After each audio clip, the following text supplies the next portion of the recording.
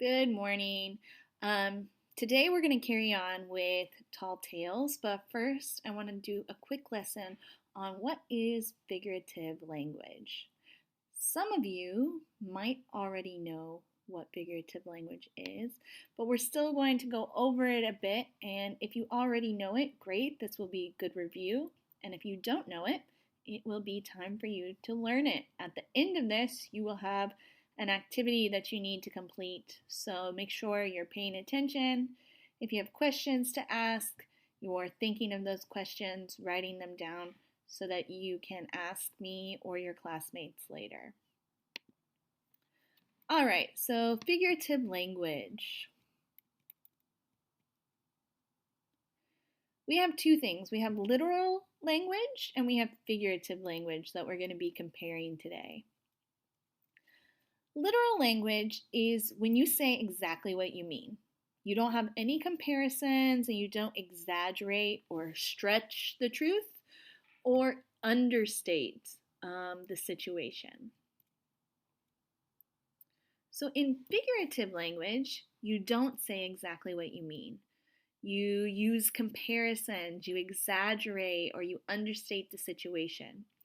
You use things called similes, metaphors, hyperboles, and other figures of speech to make your writing more exciting.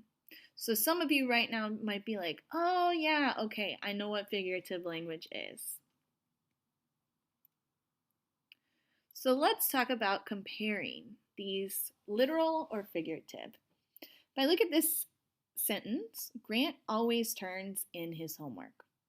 Would that be literal or figurative? Is it comparing anything? Is it exaggerating? No, it's not. So we would call that literal. The water was rising in the river because of the rain. What do you think? Is that literal or is that figurative? Well, it's literal because we're just saying the facts. The water is rising in the river. I'm not saying it's rising like the sun. It's just the water is rising. Her teeth are like stars because they come out at night. Is that literal or figurative? If you said figurative, you're correct because we are comparing her teeth to stars. She doesn't really have stars in her teeth. When she sings, her voice is like velvet. Velvet is that really soft material. So again, we're comparing. So when she's singing, her voice is like velvet. It's not really like velvet. So that's figurative. Half of the class did not complete the assignment. Literal or figurative? We're not comparing, we're just telling the truth. That is literal. I'm so hungry, I could eat a horse. Is that literal or figurative? Am I really going to eat a whole horse? Or I'm really exaggerating. So number 6 is figurative. Mike was so angry that steam was coming out of his ears.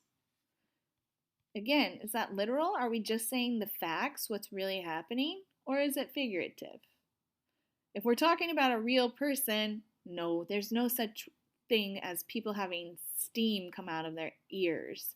So that is figurative. The zebras cried when the wise old elephant died. Again, literal or figurative? This is probably exaggerating, right? Crying zebras, that's not a thing. I don't think zebras really cry, so that is figurative. I've told you 1,000,000 times to clean up your room. This is one that my mom used to say to me. Now, did she really tell me? Was she really counting 1,000,000 times? No, she wasn't. So that is figurative. Now, maybe if she said, I told you 3 times already to clean up your room, then that could be literal. But 1,000,000 times, that's exaggerating. All right, so you can kind of look at these right now. The snow was coming down by the bucketfuls. Mary is always dressed neatly. Native Americans believed that the sun was a god. These bags are so heavy, my arms are falling off. Mrs. Brown sometimes gives us too much homework. So, on these, you can kind of think, it's not coming down by the bucketfuls, so that's figurative. Mary is always dressed neatly, literal. Native Americans believed that the sun was a god, literal.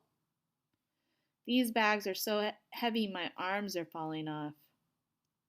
No, your arms really aren't falling off. That's figurative. You're exaggerating. And Mrs. Brown sometimes gives us too much homework.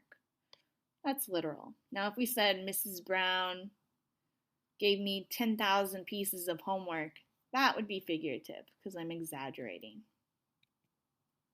All right, so here's a funny little clip. It's cold outside, right? It's cold, he's frozen his bottom off. That's sometimes the saying that we say. And this cartoon says, and I thought that was just a figure of speech. He literally froze his bottom off. All right, so let's talk about the 7 types of figurative language.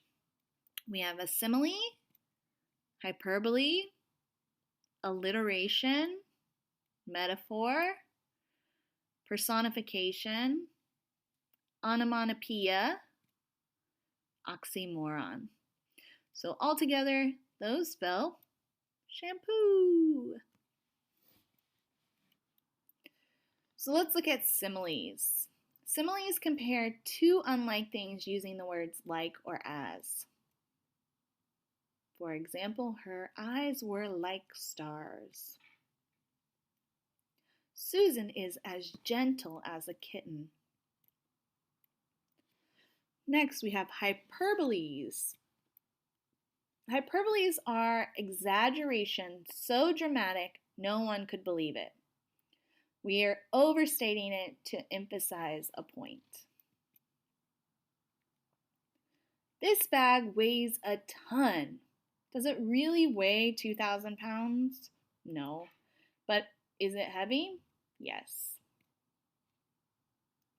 I've told you 1,000,000 times to clean up your room.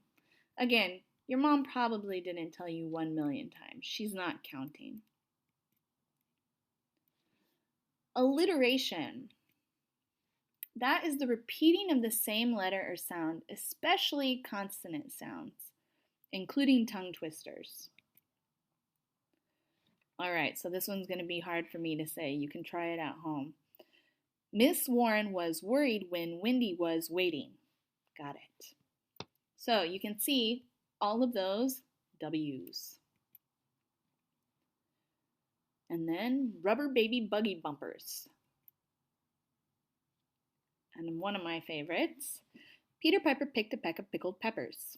So now you guys can pause the video and see if you guys can say these alliterations or tongue twisters. So alliteration in poetry, we often see that a lot in poems. A flea and a fly in a flue were in prison, so what could they do? Said the fly, let us flee. Let us fly, said the flea. So they flew through a flaw in the flue. Now we're on to the M, metaphors. So metaphors compare 2 unlike things without using like or as, calling one thing another, saying one thing is something else. So similes use like or as, metaphors compare them without using these words. He's a lion when he fights. Her eyes were sparkling emeralds. My love is a red, red rose. Those are all examples of metaphors. And you see, they don't use the word like or as. Personification. Personification gives human characteristics to things that are not human. For example, the angry floodwaters slapped the house.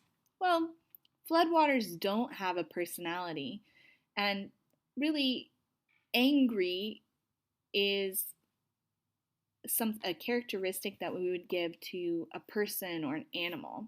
But now we're giving it to something that's not human or not alive. The sun smiled down on us. We all know that the sun really doesn't have a face and doesn't smile like humans do, but we're using personification. Here's one that I know some of you already know and you've used in your writing already. Onomatopoeias. Onomatopoeias are when you use a word to describe or imitate a natural sound made by an object or action. They're words that sound like what they mean. For example, one of the most famous ones, buzz. And we also have pow. You'll see them in comic books.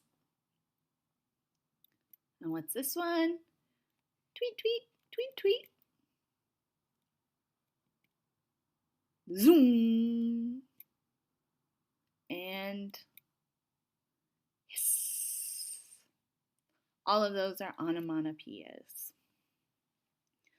And moving on, we have finally the last one, oxymorons. They are words or phrases in which contradictory or opposite terms are used together. For example, jumbo shrimp.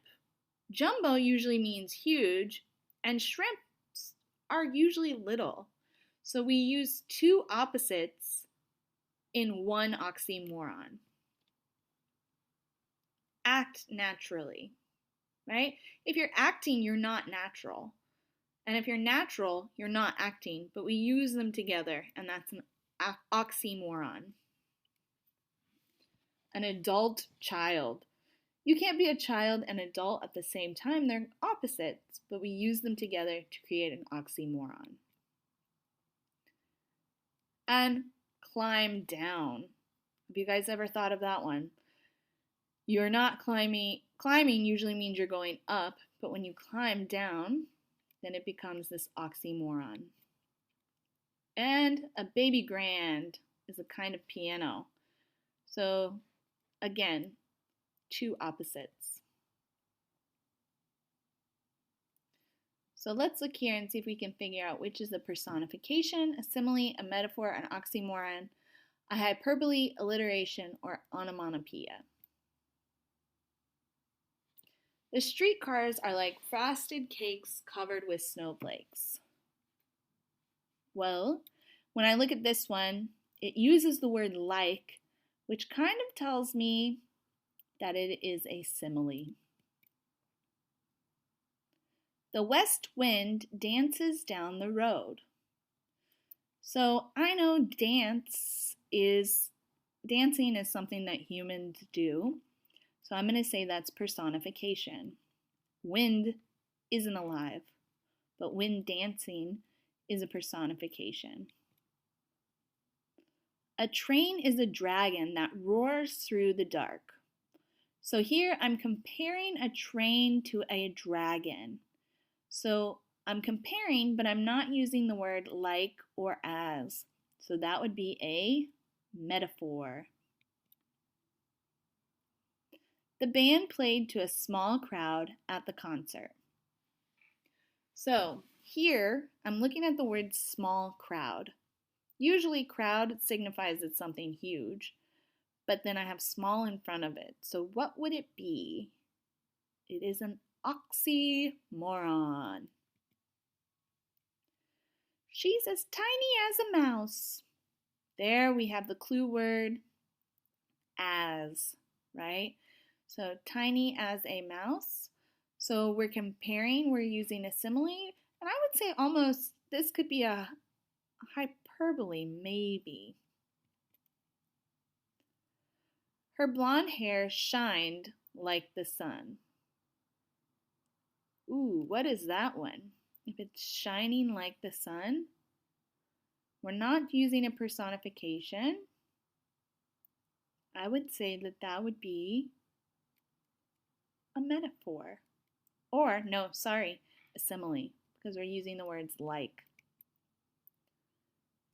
Susan suddenly stretched slowly. That would be onomatopoeia. All right, let's see if we got these right. Simile, personification, metaphor. Ooh, we're doing good. Oxymoron, yes.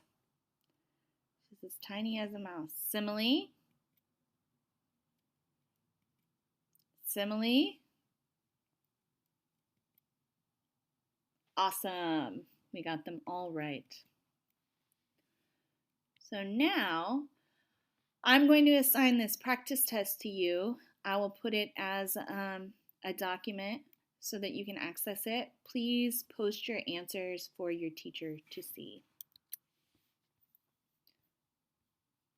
All right.